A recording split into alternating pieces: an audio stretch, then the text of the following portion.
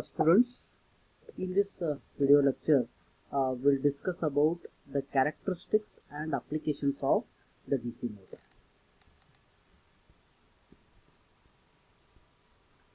The three important characteristic curves we are going to study, those are the torque versus armature current characteristic, the speed versus armature current characteristics, the last one is speed versus torque characteristics.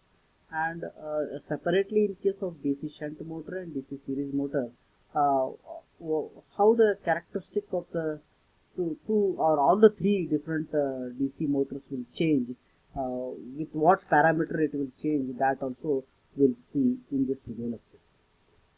So this is already we studied the main important functionality of the DC shunt motor. The circuit also we studied already. This is the circuit of DC shunt motor where the field winding is connected in parallel with the armature winding, where V is the source voltage, ISH is the field current. Then the flux in a shunt motor is always constant in case of the DC shunt motor. Let us study the first characteristic, that is the torque versus armature current characteristic, TA versus IA. So as per the equation, we know that the torque is directly proportional to pi IA.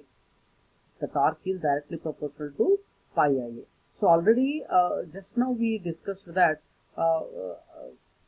flux pi is continuous by ignoring the armature reactions. So as the motor is working from the continuous voltage, so as the current increases, the torque also increases.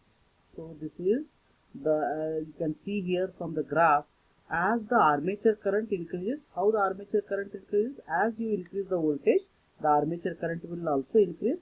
So in the same way, as current will increase, the armature torque as well as this dotted line shows the field winding torque, both will increase. So it's a linear relation. As current increases, the torque also increases. Let us study the speed versus armature current characteristic, that is N by Ia.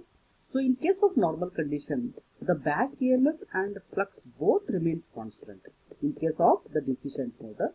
Therefore, this dotted line shows that.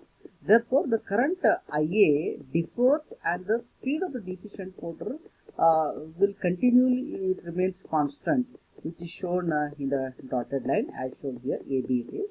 But what happens is, whenever the shunt motor is loaded, the back EMF equation V is equal to V minus IARA, and the flux, as flux reduces, because of that, the drop in the armature resistance and armature reaction, the current will decrease.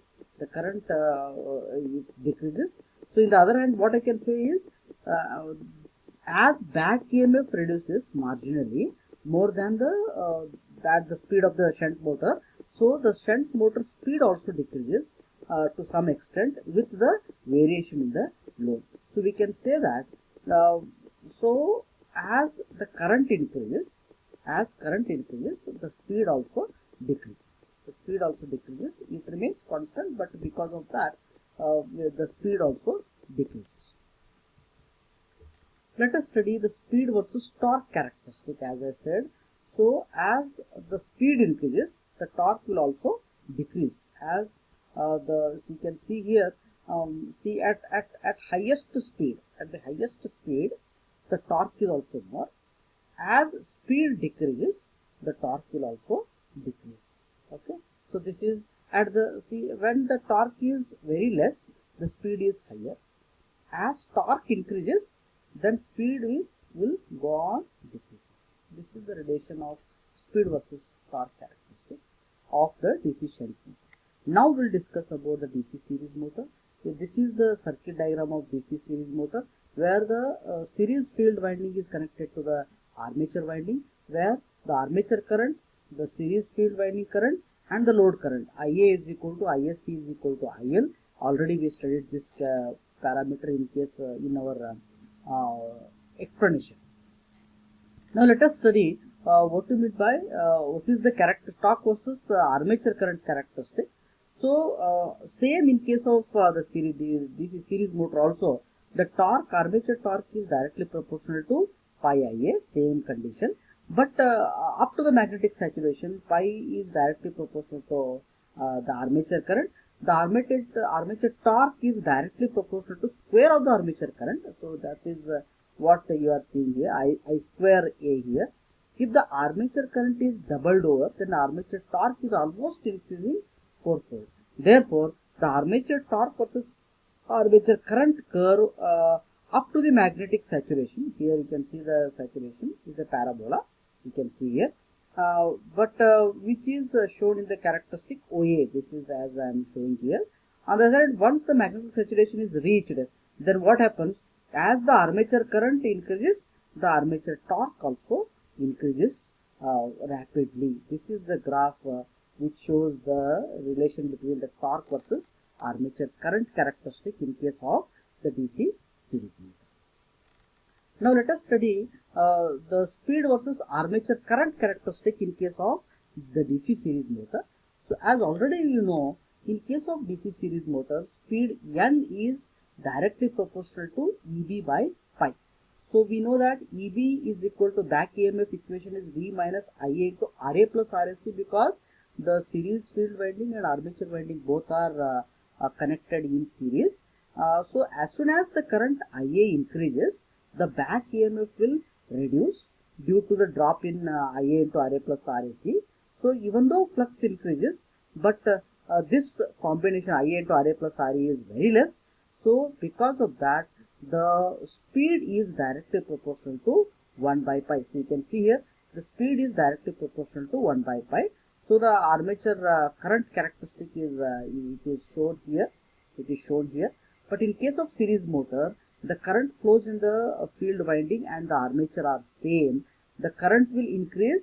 So what happens whenever the mechanical load of the motor increases, the current will also increases. As a result, the flux will also increase. So due to increase in the flux, the speed will decrease in case of the so you can see very clearly, you can remember this relation whatever I am discussing now. So the armature current will increase whenever the mechanical load of the motor increases. So when you put the more load on the DC series motor, then armature current will increase. As armature current will increase, the flux will also increase. When the flux will increase, the speed will decrease in the series motor. So the relation is very clear in this condition. As armature current increases, the speed is decreasing. So when the armature current is very small, the speed is maximum. But when the armature current increases, the speed is decreasing. This is as explained just now. Let us study the relation between the speed versus torque characteristic. It is very similar to speed versus current characteristic. Just now I explained. So what happens here in case of series motor, it runs at low speed. So because of that, high torque will generate. Okay, so you can see here. So torque is maximum when the speed is also when torque is minimum, speed is maximum. When torque increases, okay, the speed will decrease. So at the lower speed, the torque is maximum.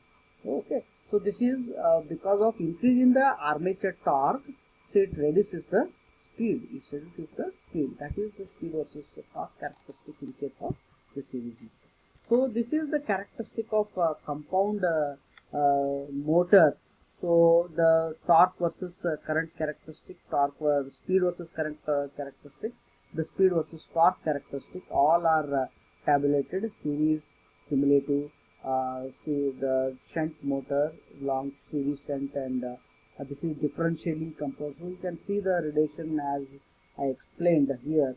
The torque characteristic, torque versus, as the current is more, the torque will also increase.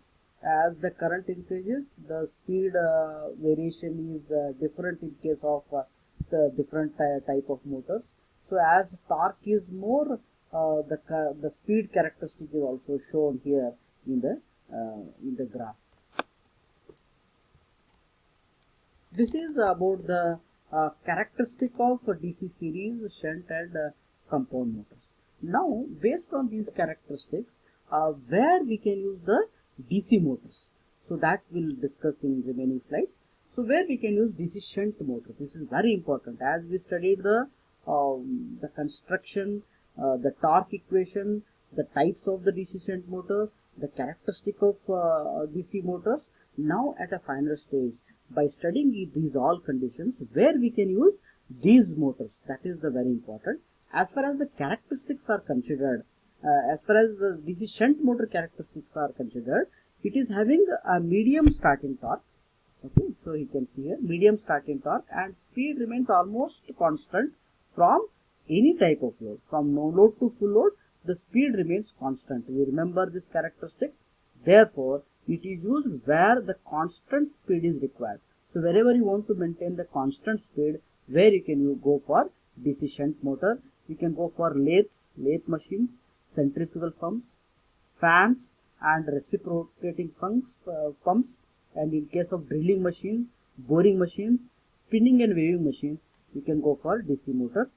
One hint what we can have is wherever we want the constant speed, so here in case of DC shunt motor, the speed remains almost constant from no load to full load. So in such applications, we can use the DC shunt motor. Now let us study where we can use the DC series motors. So usually the DC series motor has the starting torque and its speed varies widely from no load to full load. So as you can see here, DC shunt motor speed remains constant from no load to full load, but in case of DC series motor, the speed will vary from no load to full load. So it is used where the high starting torque is required and variable speed is required. So wherever you want to rotate the motor with a different kind of speed and where the high starting torque is required, where you can use the DC series motor, especially in case of electric traction work, electric locomotives, trolleys. In case of trolleys and cranes and hoist, always the motor will start with a high starting torque. So it will start with the load. So you need a high starting torque during the starting. So in case of trolleys, in case of cranes, okay, so already the weight of the crane is very heavy. The weight of conveyors are very heavy. Air conditions are very heavy. So in that case, wherever the high starting torque is required, there you can use the DC series motor. So in case of air conditions, vacuums, you can go for the use of you can select the DC series motor for the application. Now we'll study the applications of DC compound motors. So as the compound motor is having the high starting torque and variable speed, it is used where the sudden loads are applied and removed. In some situations, in case of the rolling mills, in case of printing presses, in case of coal cutting machines, so we can sometime what happens, we'll put the load at a time, any time we can remove the load, where what happens, the speed variation will take place there.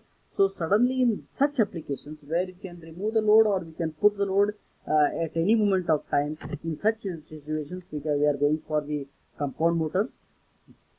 In punches, coal cutting machines, elevators, conveyors and heavy planets and rolling mills, especially in rolling mills, ice machines, the printing presses, okay, and in air compressors, in such applications we are using the DC compound motors. So this is how and where you can choose the type of DC motor based on the type of application. So once again I make it very clear that by studying these all things of DC machines or DC, especially DC motor, where the electrical energy is converted into mechanical energy in case of motor. So based on the type of application, we are using the DC motors. It may be a series motor, shunt motor and compound motor. Once again I repeat that wherever you require the high starting torque, you are using the DC series motor. Wherever the speed remains constant from the no load to, for any load, if you want to maintain the constant speed, okay, so with medium starting torque, you can select the shunt motor. So wherever you want to put the loads and you want to remove the loads suddenly, you can go for compound motor. So you can choose the motors based on the application. Okay, this is what we are going to study.